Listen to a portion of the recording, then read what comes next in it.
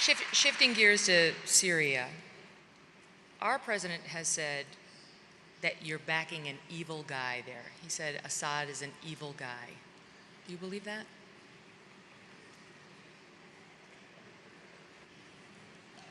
Во что?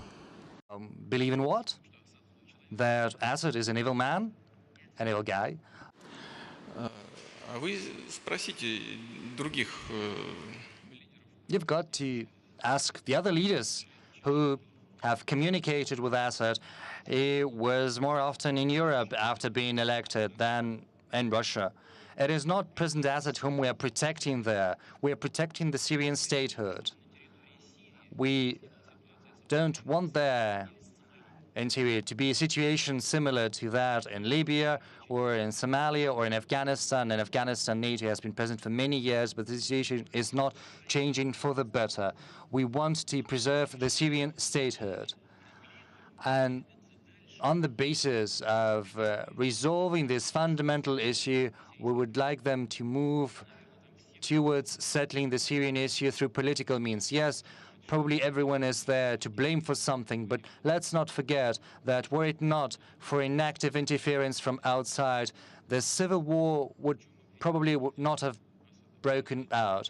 What is President Assad being accused of recently?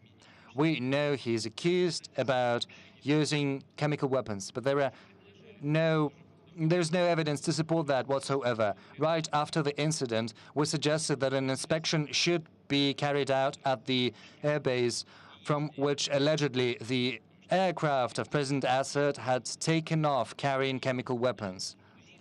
If chemical weapons had been used, then those weapons would have been loaded onto the aircraft, and the cutting-edge analyzing equipment would have detected that. But they refused to conduct this kind of inspection. So they're talking a lot, but not doing much. We suggested that an inspection should be carried out at the place where the strike took place. They're saying it's too dangerous. Why is it dangerous if the strike was against the good part of the opposition? No, they say it's too dangerous. There is a representative of Iraq here, whom we welcome. In Iraqi Kyrgyzstan, the militants used chemical weapons, and the world community recognized it. So they know that the militants there have got chemical weapons. But according to the OPCW, Syria has destroyed its stocks of chemical weapons. You see, if pretexts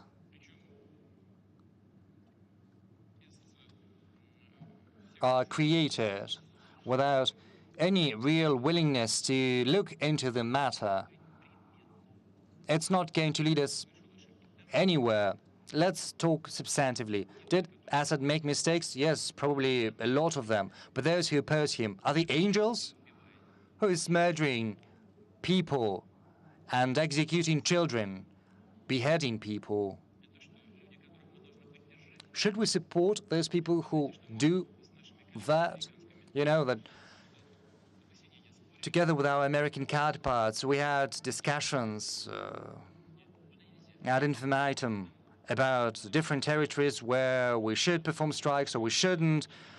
They were telling us that there were territories where we shouldn't perform strikes because the opposition, the good opposition, was mixed with the Al-Nusra Front.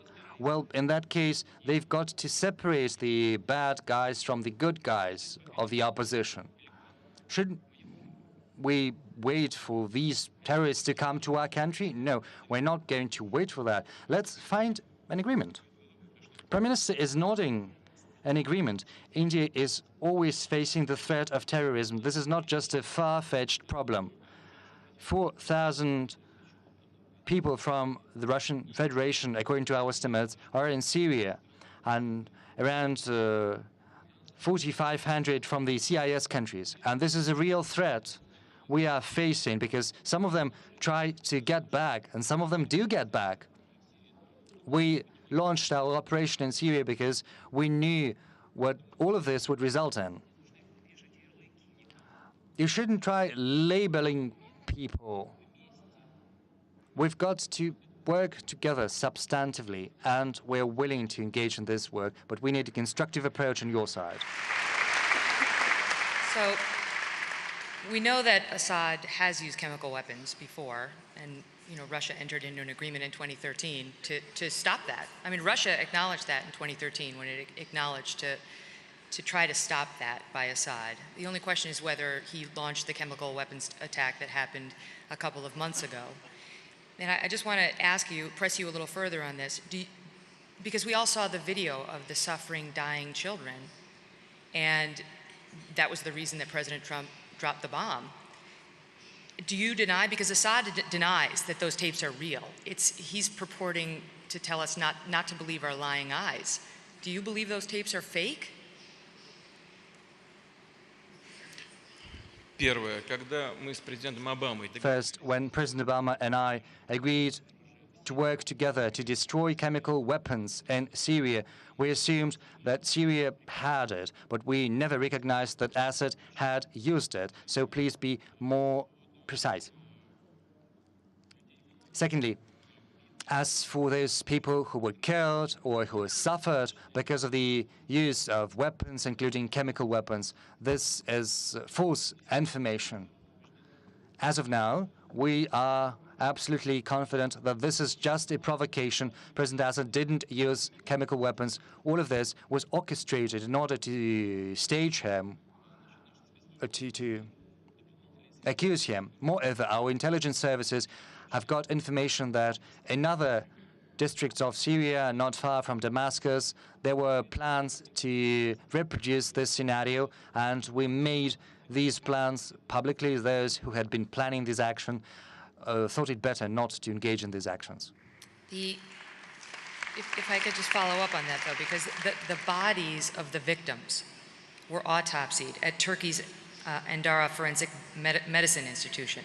The autopsies were witnessed by officials from the World Health Organization and from the Organization for the Prohibition of Chemical Weapons, and they concluded that the victims were attacked with sarin gas.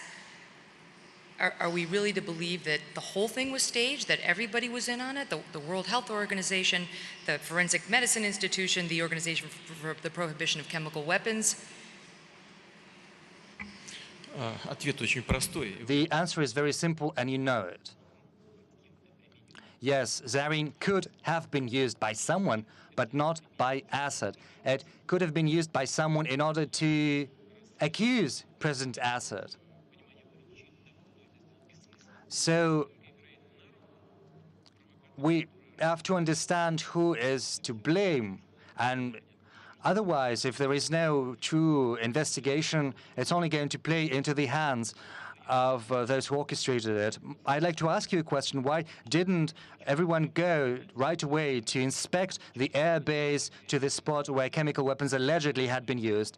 Why didn't they want to go to see the aircraft that had been allegedly used to perform the strike? The answer is very simple, because they were afraid that everything, the truth, would come to light. What you are telling me doesn't convince me of anything. It just persuades me that we'd better not engage in tug of war there or speculate. We've got to pull our efforts together to counter real threats. And we know what these real threats are. The U.S. is very far. Yes, there was an explosion there. People suffered, for which we offer our condolences. But we also know what terrorists is all about. We have seen its manifestations. And no one should try to use terrorists to address short-term political interests, even though there are attempts at that. Yes, there are attempts at using terrorists against, say, Assad. Why use them? Because no one else would fight. I do not think it's worthwhile using these terrorists today, because tomorrow it's going to cost you a lot. When Al-Qaeda was created in Afghanistan to fight against the Soviet Union,